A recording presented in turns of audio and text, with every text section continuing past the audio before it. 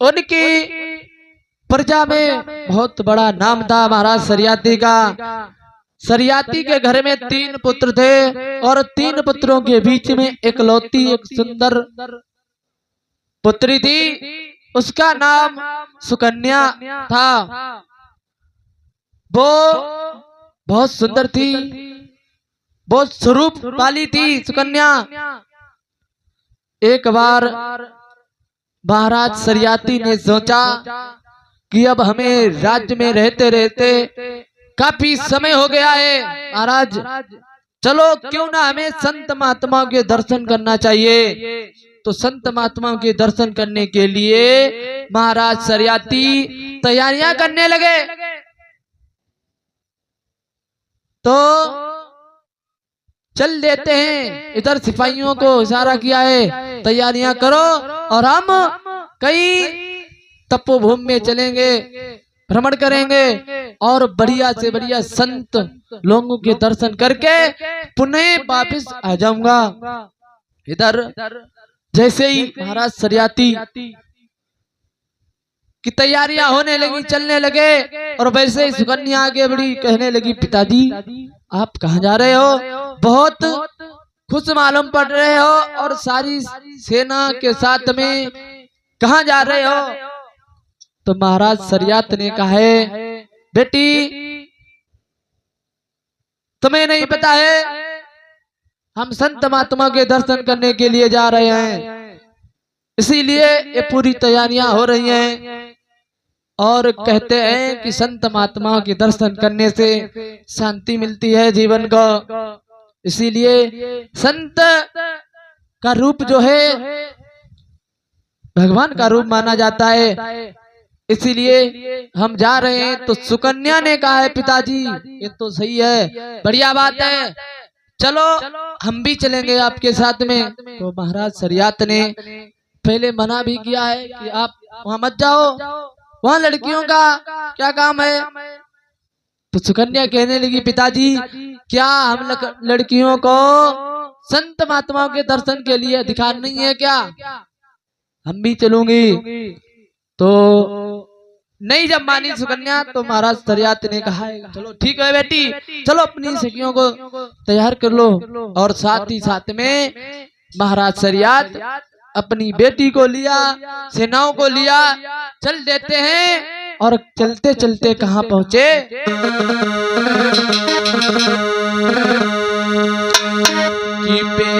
एक बार डेरों के समय तो ऊर्जा पहुंचे किसी तपोवन में।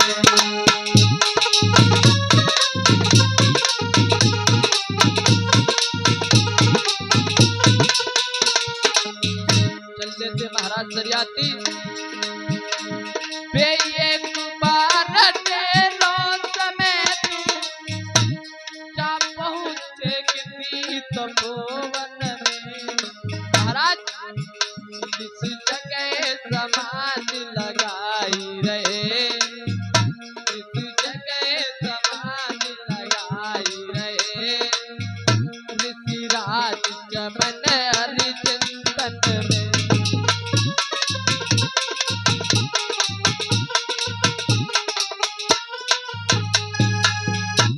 इस प्रकार साथ में पुत्री को लिया, सेनाओं को लिया, महाराज सरियात ने चल देते हैं।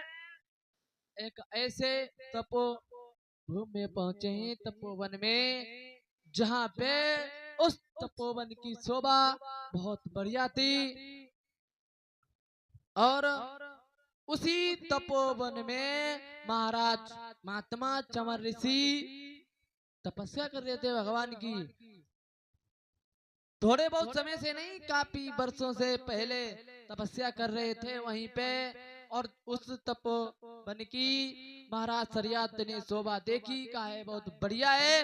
तो ऐसा करते हैं इसी तपोवन में अभी विश्राम करते हैं और फिर विश्राम करने के बाद में देखते हैं यहाँ पे किस संत महात्मा का ये आश्रम है और उसके दर्शन करेंगे सभी लोग। तो इधर वो तो उसी आश्रम में ठहर जाते हैं अपनी सेना के साथ में। और इधर जो महाराज चमर ऋषि जो थे वो भगवान की तपस्या कर रहे थे, समाधि लगा रहे थे। 1-2 साल नहीं लिखा है कि 10,000 बरसे बीत गई ना समाधि टूटी भाई।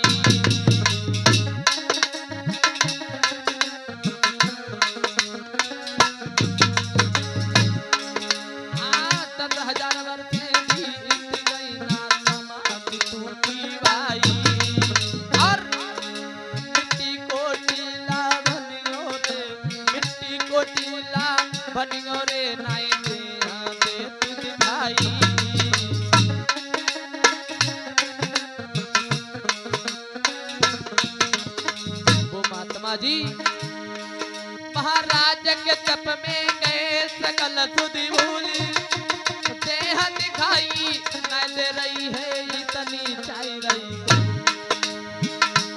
अब तो धन्य धन्य तपधारी बेटे भरत बीत गई, भैया धन्य धन्य तपधारी बेटे भरत बीत गई।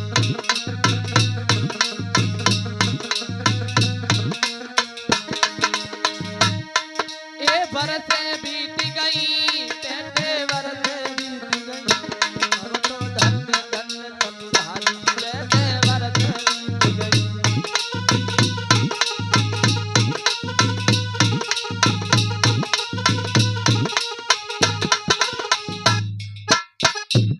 इस प्रकार 10,000 वर्षों से महात्मा चमर ऋषि अपनी समाधि लगा रहे थे। इतनी भगवान की भक्ति में लीन थे, उन्हें अपनी देह यानी शरीर का कोई ख्याल नहीं था। उनके शरीर में चींटियों ने, चूहों ने अपने घर बना लिए थे, बिल बना रखे थे। और उनका जो शरीर था एक मिट्टी के टीले की भांति नजर आने लगा। फिर भी महात्मा जी ने अपनी समाधि टूटने नहीं दी है। इतनी तपस्या कर रहे हैं भगवान की। उसी जगह अब इधर क्या हुआ, महाराज सरियाती अपनी सेनाओं के साथ में ठहरे थे, वो तो विश्राम में लग गए। लेकिन जो सुकन्या थी सोचने लगी, अरे हम तो यहाँ संत भगवान के दर्शन के लिए आए हैं सभी लोग, और फिर विश्राम किस बात का। तो चुपके से अकेली ही वहां से निकल आई और कहा है देखते हैं ये आश्रम किसका है, क्योंकि इस तपोभूमि की बहुत बढ़िया शोभा है, देखते हैं क्या क्या इसमें है। तो उसी समय सुकन्या जो थी निकल पड़ी आगे। चलते चलते क्या देखा, धीरे धीरे वो सुकन्या वहीं पहुंच गई जहां महात्मा चमर ऋषि की समाधि लगी हुई थी। समाधि का वो एक टीले की भांति दिखाई देती थी। तो सुकन्या आगे बढ़ी, देखने लगी, लेकिन महात्मा जी के जो नैन थे उसी टीले से जुगनू की भांति लाइट मार रहे थे, चमक रहे थे। तो सुकन्या ने देखा ये मिट्टी के टीले में लाइट कहाँ से आ रही है। तो सुकन्या ने क्या किया,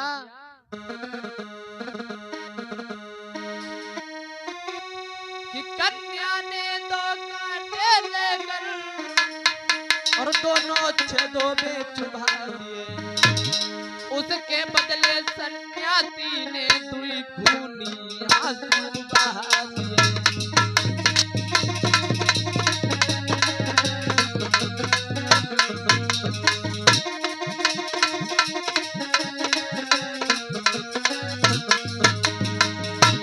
क्या किया सुकन्या ने, कन्या ने 2 कांटे लेकर दोनों छेदों में चुभा दिए। उसके बदले सन्यासी ने 2 खूनी आंसू बहा दिए।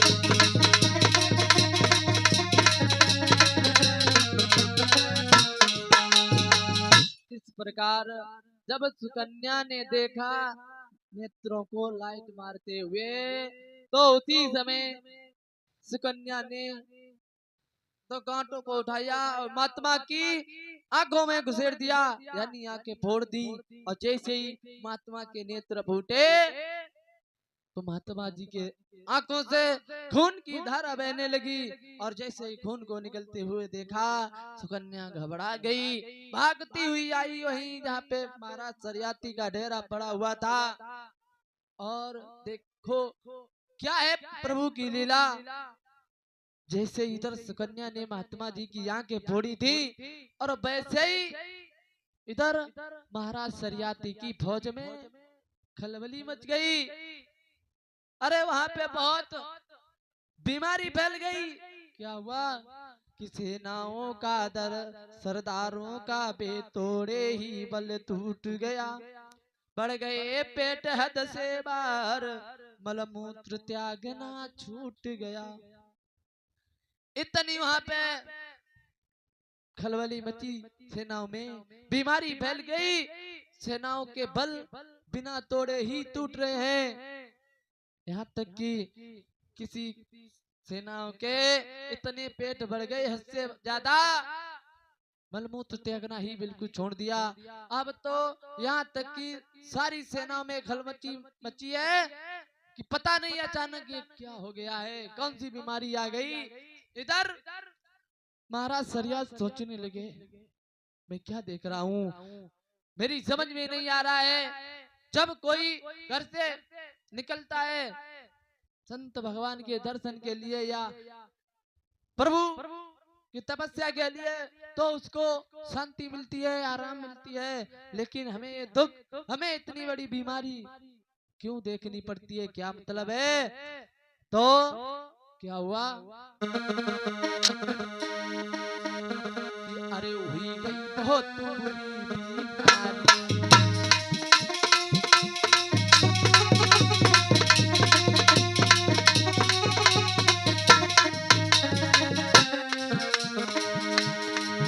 अरे हुई गई बहुत बुरी बीमारी, और सब मर गई भोजनकारी।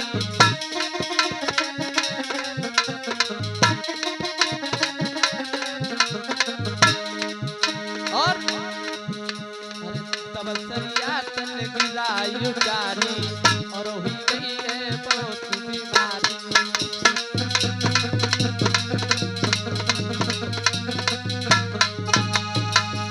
इस प्रकार वहां पे बहुत बुरी बीमारी जब फैल चुकी थी, उसी समय बीमारी के कारण बेमौत फौज मारी जा रही है। तो महाराज सरिया सोचने लगे इसका क्या मतलब है, और बोल रहे हैं फौज से, सिपाहियों से काहे की जाओ इस आश्रम पे, देखो लगता है कोई हमसे या हमारे ही कोई फौज के आदमी से कोई पाप हुआ है, अपराध हुआ है, जिसके कारण से ये दुख, ये बीमारी सामने आ रही है। तो आदेश दे दिया कि जाओ इस आश्रम की छानबीन करो। तो उसी समय जब आदेश मिला है सेनाओं को, तो खोज लगाने लगे। क्या हुआ कि पाकर प्रमाण प्रत्येक भांति खोदा टीला धीरे धीरे, फिर उसी समय में प्रकट भई प्रभु की लीला धीरे धीरे। जब प्रमाण लगाते लगाते सिपाही लोग धीरे धीरे वहीं पे पहुंच गए जहाँ पे महात्मा चंवर जी की समाधि थी, और समाधि के बाहर देखा रक्त बह रहा है, खून। तो जब पूरी पृथ्वी पे पता लगाया, कोई पता नहीं चला क्या कारण है। तो उसी टीले को खोदने लगे। तो जैसे टीले को खोदा, उसी में महात्मा चंवर जी की समाधि निकली, और महात्मा के नेत्र फूटे हुए देखे। तो सोचने लगे महाराज सरियाती, बस यही कारण है जिसके कारण से हमारी फौज बेमौत मारी जा रही है। और सोचने लगे महाराज सरियात, ये तो बहुत बड़ा किसी ने अपराध किया है, उसे सजा अवश्य मिलनी चाहिए। तो महाराज सरियात ने पूछा सभी फौज के सिपाहियों से, कहा है अरे कौन है वो अभागा जिसने इन महात्मा के नेत्रों को फोड़ा है, यानी ये अपराध किसने किया है वो बताते हम इसे जीवित नहीं छोड़ेंगे। अब जितने भी सिपाही थे बेचारे सर नीचे किए हुए खड़े हैं, कोई भी बोल नहीं रहा है कि महात्मा के नेत्र हमने फोड़े।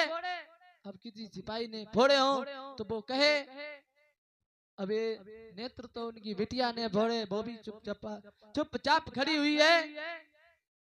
तो महाराज शरियत कहने लगे, हम जानते हैं, समझ रहे हैं, अपनी कमी कोई भी नहीं बताता है।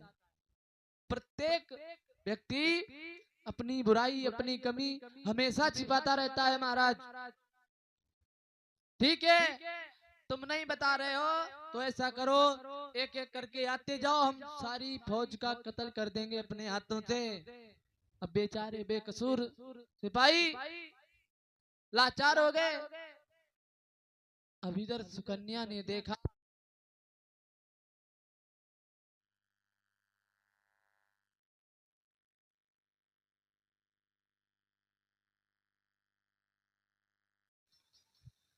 तो इधर सुकन्या ने देखा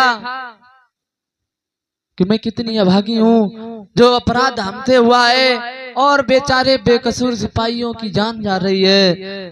तो आगे बढ़ी ये सुकन्या कहने लगी, पिताजी मत मारो इन सिपाहियों को, इनका कोई कसूर नहीं है, बेकसूर है। तो महाराज शरियत कहने लगे, मतलब इसका मतलब क्या है? तो सुकन्या कहने लगी, सुनो पिताजी, और बोली कि रो कर के कन्या बोली है, और हमने ये पातक जोड़े।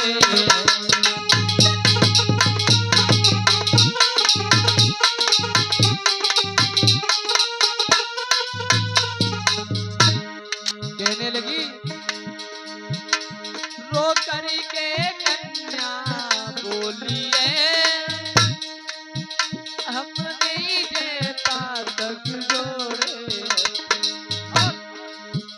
बबुलाया मने धोखे से, महात्मा के नेता फोड़े।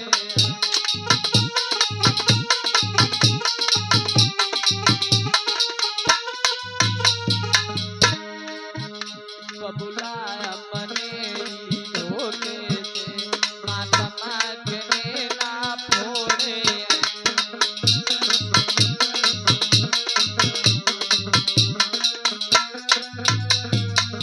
और कहने लगी, पिताजी अनजाने हमसे भूल भई, अनजाने हमसे भूल भई, अब जो चाहो तो करो पिता। या गोरा घोर चाहे पालो, या जीवन मेरा रो पिता।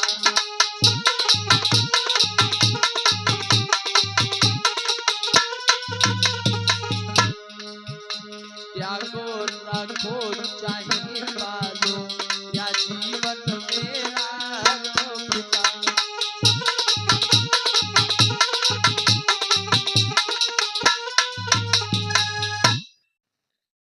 इस प्रकार सुकन्या ने रोककर सारा हाल बताया महाराज शरियत को। कहा है, पिताजी ये अपराध धोखे में हमी से हो गया है, मत इन सिपाहियों को मारो, जो भी सजा देनी है मुझे दो, हम आपकी सजा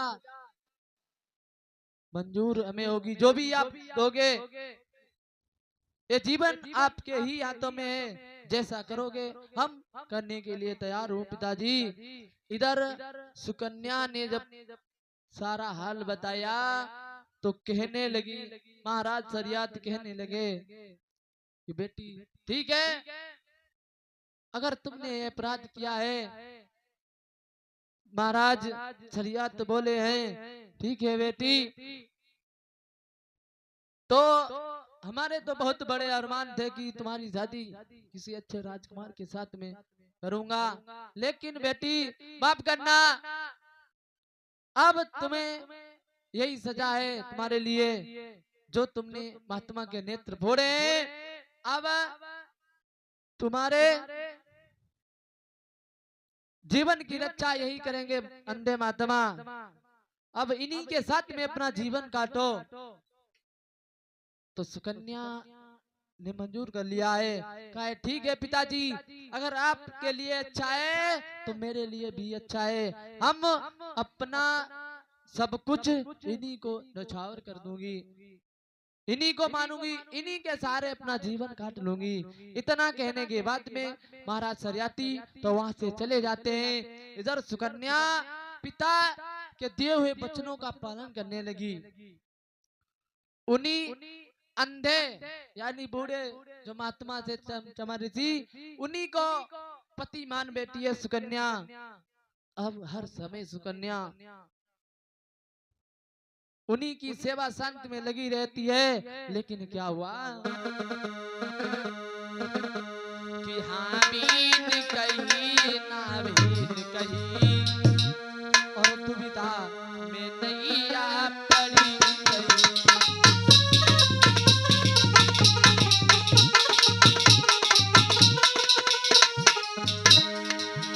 हाँ बीन कहीं ना बीन कहीं, दुविधा में नैया पड़ी गई। और महात्मा समान लगाई रहे, महात्मा समान लगाई रहे, बिटिया कर जोरे गई।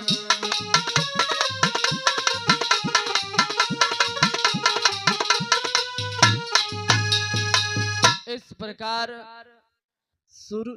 सुकन्या महात्मा की सेवा शांति करती रही, लेकिन महात्मा ने नेत्रों को नहीं खोला। इसी तरह से वहां पे 14 साल तक सुकन्या ने महात्मा जी की सेवा शांति की है।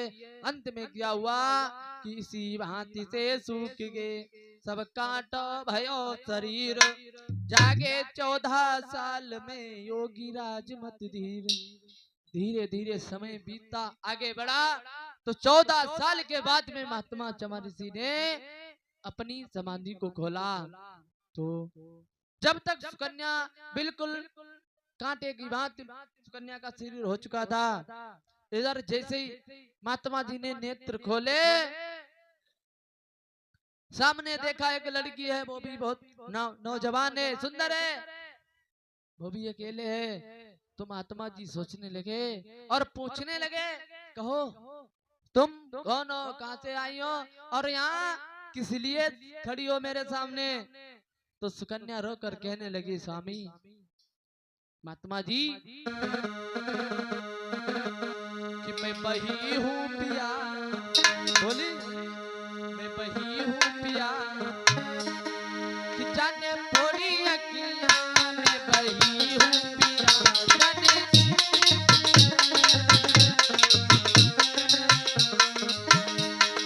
बोली मैं बही हूँ पिया, जाने थोड़ी अकिया मैं बही हूँ पिया।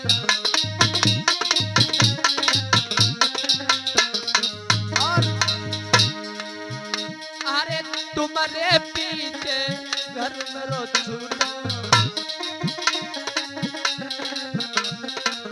और तूफानी भैया अरे तुम्हारे पीछे घर में रो छूटो, और तेरी छूट गई, अरे छूट गई, अरे समझना मैं बही हूँ पिया, जाने थोड़ी बही।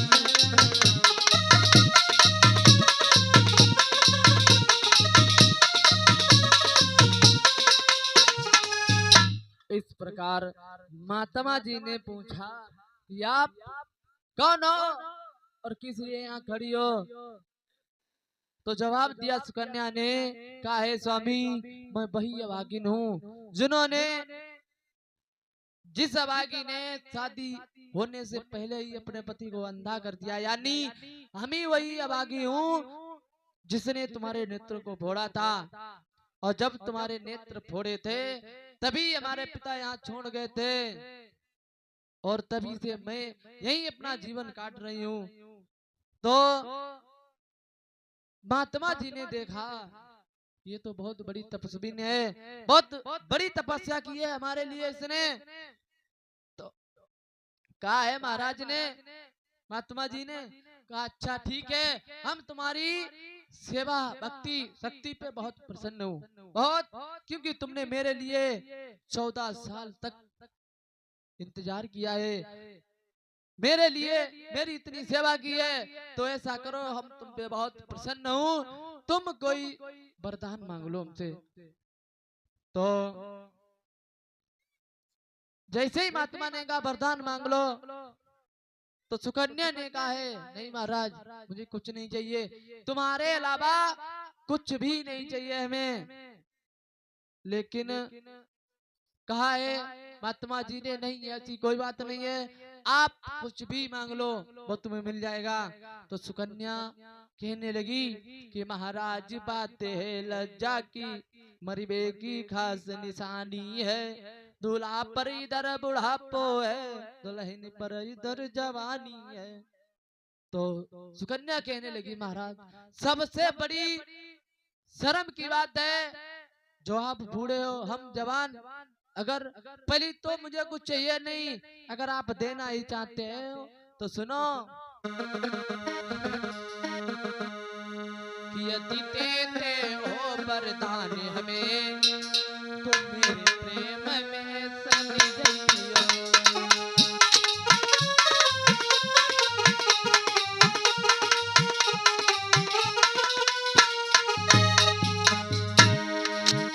यदि देते हो वरदान हमें तो मेरे प्रेम में सनी जइयो। मैं 26 साल की दुल्हन हूँ, तुम 38 के दूल्हा बन गई।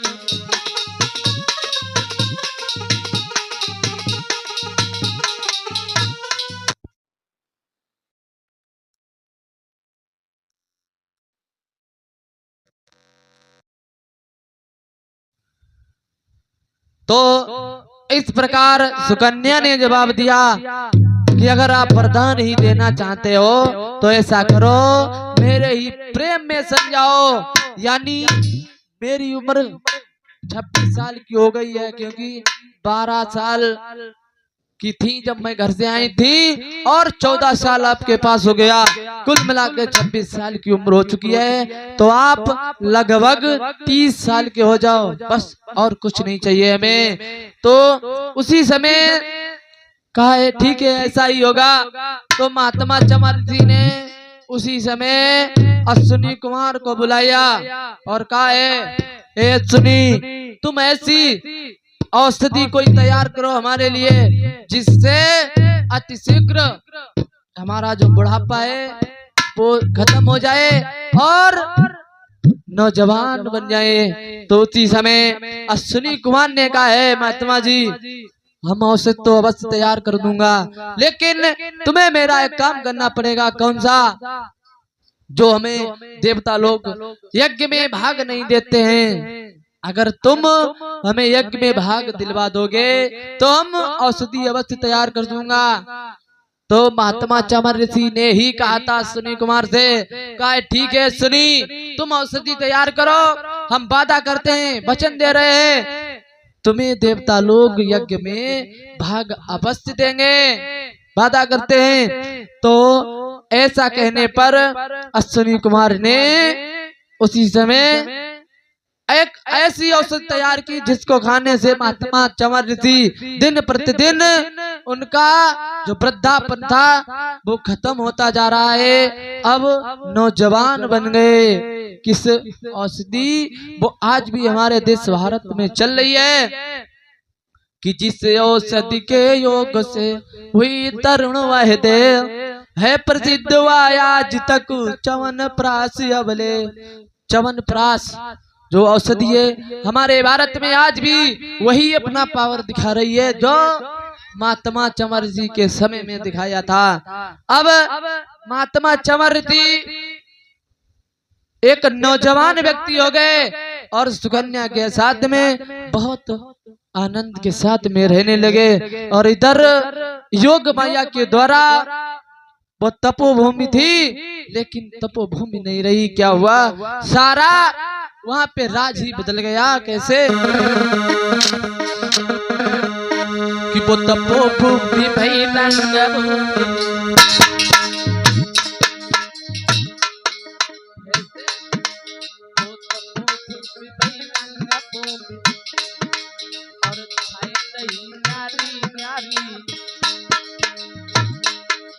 प्यारी प्यारी फुलवारी की, प्यारी प्यारी फुलवारी की, करती गुलौन प्यारी प्यारी।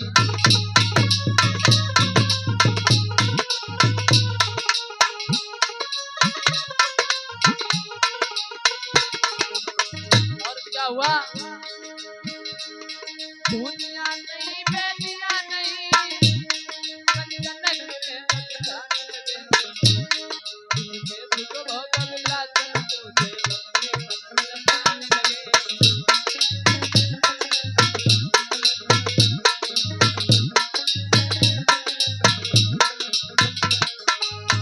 इस प्रकार वहाँ का सारा ढंग ही बदल गया। दुनिया नहीं बेटियां नहीं है, कंचन के महल बनकर तैयार हुए। और ऐसे भोग विलास को देवता लोग भी लालायित होने लगे। अब